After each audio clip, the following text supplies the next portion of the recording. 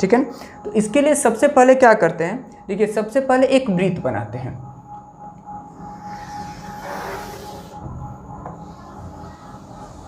ये हमने एक अच्छा सा वृत्त बना लिया, ठीक है। और मान लेते हैं कि यहाँ पर ये वृत्त का केंद्र है और यहाँ से हमने एक रेखा खींच लिया। इस रेखा को हम लोग त्रिज्या भी बोलते हैं, ठीक है ना। हमने एक वृत्त बनाया और एक रेखा खींच लिया और ये क्या है, मान लीजिए त्रिज्या है, इसको नाम दे देते हैं। ये केंद्र को नाम दे दिया हमने O।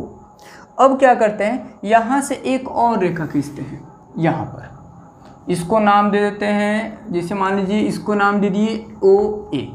ये त्रिज्या है, ये भी त्रिज्या है, ठीक है ना। और यहाँ से एक हम लंब खींचते हैं, यहाँ से हमने क्या किया, एक लंब खींचा और यहाँ पर ये कोण बन रहा है थीटा। तो OA और ये क्या है, ये है B, ठीक है ना। तो यहाँ पर एक समकोण त्रिभुज बन गया। देखिए यहाँ पर एक समकोण त्रिभुज बन गया। अब हमें क्या करना है कि हमें 0 डिग्री का मान निकालना है, sin 0 डिग्री का मान निकालना है, tan 0 का मान निकालना है, यानी कि जितने भी त्रिकोणमितीय अनुपात है सब में 0 डिग्री का मान हमें निकालना है। तो अब थोड़ी देर के लिए सोचिए कि हमें 0 डिग्री करना है। तो यहाँ पर ये वाला एंगल देखिए, ये और ये इन दोनों के बीच का एंगल ये थीटा बन रहा है। थीटा का मतलब कुछ भी हो सकता है, जैसे मान के चल रहे हैं ये थीटा 60 डिग्री ही बन रहा है।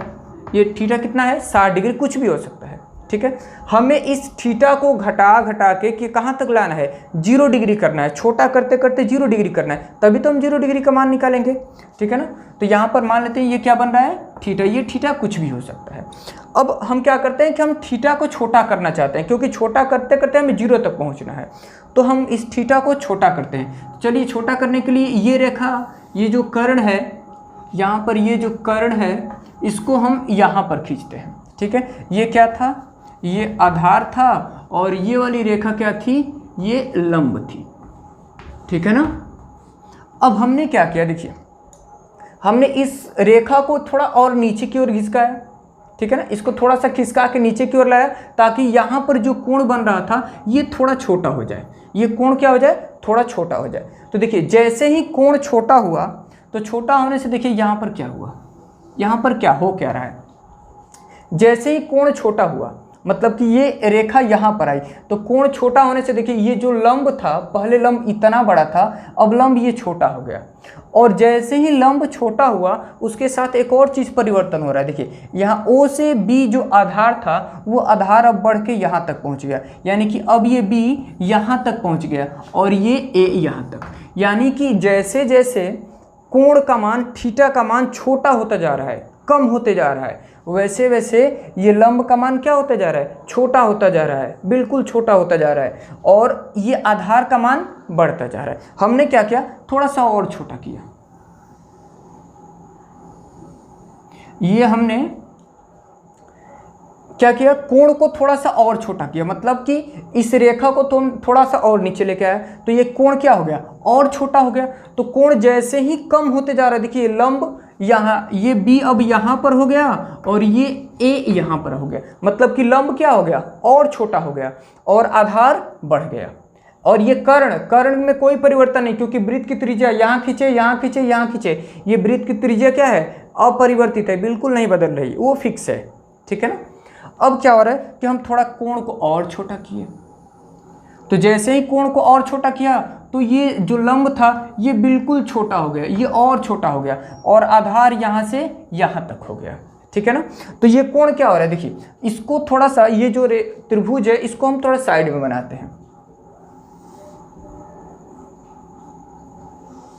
ये देखिए ये O था, ये A था और ये B, ये क्या था, कर्ण, ये आधार और ये था लंब, ठीक है ना, ये लंब था। तो जैसे जैसे थीटा का मान छोटा होता गया, लंब छोटा होता गया और आधार बढ़ता गया।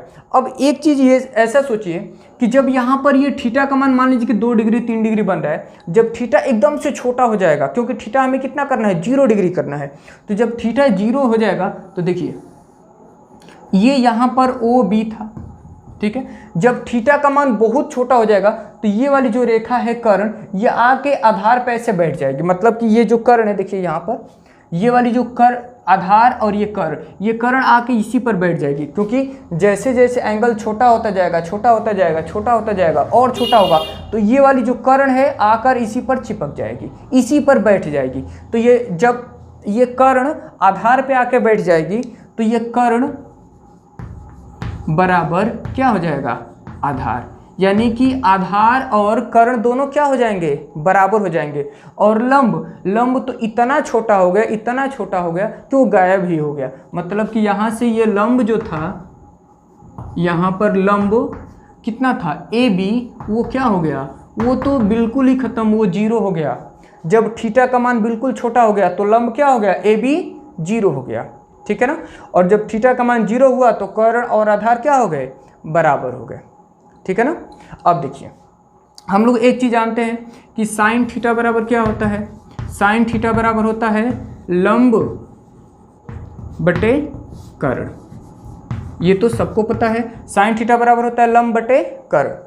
लेकिन हमें क्या करना है, हमें 0 डिग्री का मान निकालना है, मतलब कि थीटा को क्या करना है, 0 डिग्री करना है। तो ये साइन 0 डिग्री, तो जब थीटा का मान 0 होता है, जब थीटा का मान 0 होता है तो लंब क्या हो जाता है, भाग जाता है, बिल्कुल गायब, एकदम 0 हो जाता है।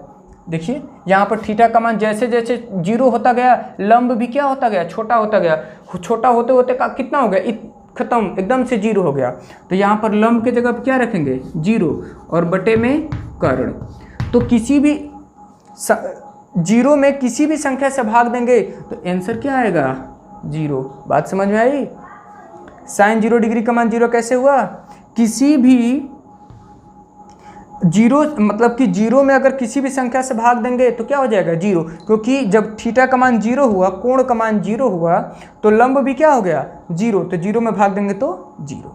अब cos 0 देखते हैं, cos 0 डिग्री बराबर फॉर्मूला क्या हो जाएगा, देखिए cos थीटा बराबर होता है आधार बटे कर्ण, ठीक है ना, आधार बटे क्या होता है, कर्ण होता है। लेकिन जब थीटा क्या हो जाए, cos थीटा का मान जब 0 डिग्री हो जाएगा, तो जब थीटा का मान 0 हो जाएगा तो कर्ण और आधार क्या हो जाते हैं, बराबर हो जाते हैं। तो ये आधार के जगह पे भी हम लोग क्या लिख सकते हैं, कर्ण, और कर्ण तो पहले से भी है यहाँ पर, तो ये कर्ण और कर्ण कट के कितना हो जाएगा, 1। तो cos 0 डिग्री का मान कितना आ गया, cos 0 डिग्री का मान आ गया 1। बात समझ में आई। जब थीटा का मान बहुत छोटा हो गया, 0 हो गया, तो कर्ण और आधार क्या होते हैं, बराबर। तो आधार के जगह पे भी हमने क्या रख लिया, कर्ण, कट के कितना आ गया, 1।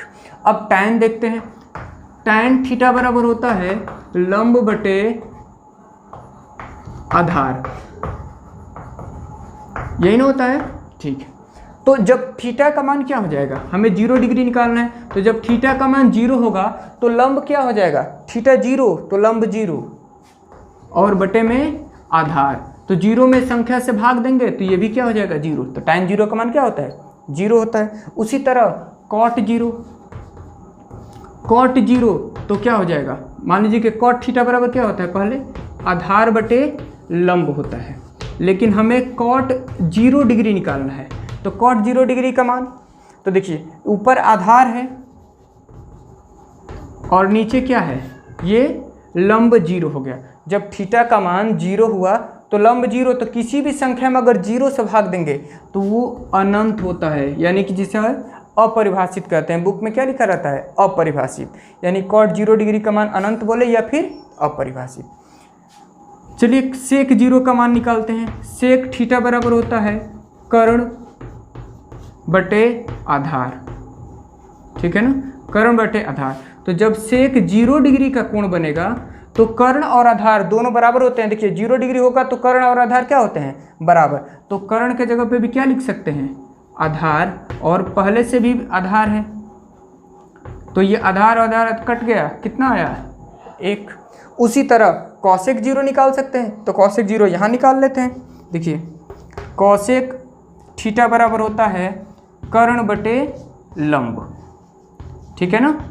लेकिन हमें 0 डिग्री करना है, cosec 0 डिग्री निकालना है। थीटा का मान जब 0 हो जाएगा तो ये कर्ण को वैसे ही छोड़ देते हैं, और ये लंब क्या हो जाएगा, 0। तो किसी संख्या में 0 से भाग देंगे तो क्या होगा, वो अनंत हो जाएगा या फिर अपरिभाषित हो गया।